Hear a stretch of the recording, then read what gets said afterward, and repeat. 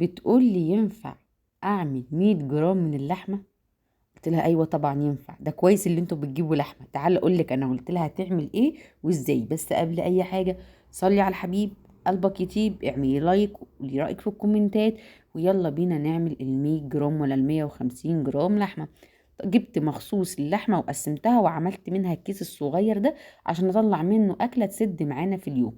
وبدات اقطعها زي ما انت شايفه كده، وطبعا كانت فيها ملبسه فمش مش عارفه تمشي في المقص، فشويه بالسكينه وشويه بالمقص. المهم قطعتها قطع مكعبات تشبه كباب الحله، بس هي طبعا مش كباب حله عشان الكميه دي مش كميه كباب حله.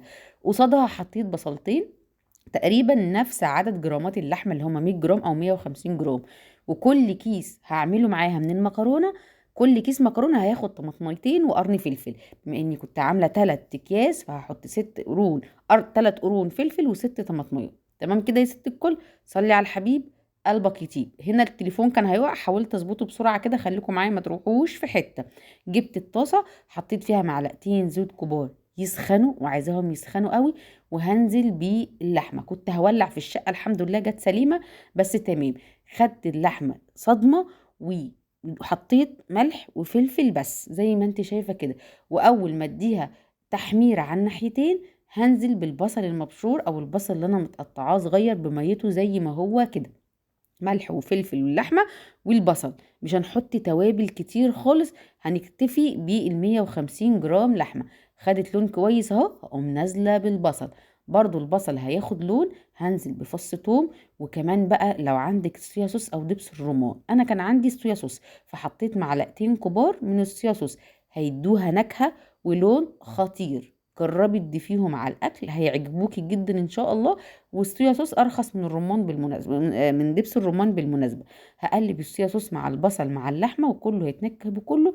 ونزلت بمعلقه توم مفرومه زي ما انت شايفه كده. واخر حاجه هنزل بالطماطم اللي انا بشرتها بدون ميه، وكان عليها معلقه فلفل اسود، معلقه بابريكا عشان ما عنديش صلصه، ونص معلقه من مرقه الدجاج البودر، كوبايه ونص من الميه، الكوبايتين بس الكوبايه كبيره بما اني هعمل 3 اكياس. الصلصه مع الميه هتبقى نسبه كفايه قوي قوي للمكرونه ان هي تستوي فيها. وهديها غلوه غلوه، والتانيه التالته هنزل بكياس المكرونه زي ما انت شايفه كده، كيس ورا التاني ولا التالت. الكيس ده 300 جرام، مش كتير ولا حاجه، بس عشان احنا بنحب المكرونه بالطريقه دي وبتدفي فعملت 3 اكياس، قلت تكفي معانا اليوم كله، مع شويه بطاطس محمره وفيها نكهه كباب الحله زي ما انت شايفه كده. المكرونه عمرها ما بتعجن بالطريقه دي. كل اللي احنا بنعمله المكرونه بنعملها معامله الرز، بتغطيها ميه او السوائل تغطيها وتسيبيها 5 دقايق بالظبط وتطفي عليها. لما بتطفي عليها بتكون فعلا نية، بتسيبيها من 7 ل10 دقايق النار مطفية. وطبعا اول ما بتطفي عليها بترش عليها معلقه من الزعتر او الاورجانو، لو متاح عندك. مش متاح عندك ما تحطيش. انا متاح عندي الزعتر فبحط على طول منه زعتر مجفف. وبديها تقلبتين وهي كده كده مطفي عليها، واسيبها 7 دقايق 10 دقايق بالكتير. هتاكلي احلى مكرونه الواحده بوحدتها.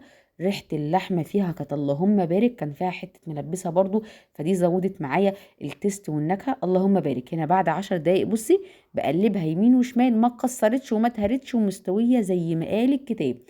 اغرفيها شويه بطاطس محمره، شويه مخلل، والله هتتاكل لوحدها كده، هي سبايسي اللهم بارك. ريحتها حلوه جدا. ب 150 جرام من اللحمه هتعملي كل الكميه دي. صلي على الحبيب، قلبك يطيب. جربيها على ضمانتي. اهم حاجه اطفي على المكرونه نيه اول ما تاخد غلوه وسيبيها 10 دقايق والنار مطفيه. هتاكلي احلى مكرونه. دمتم بخير، اسيبكم في رعايه الله.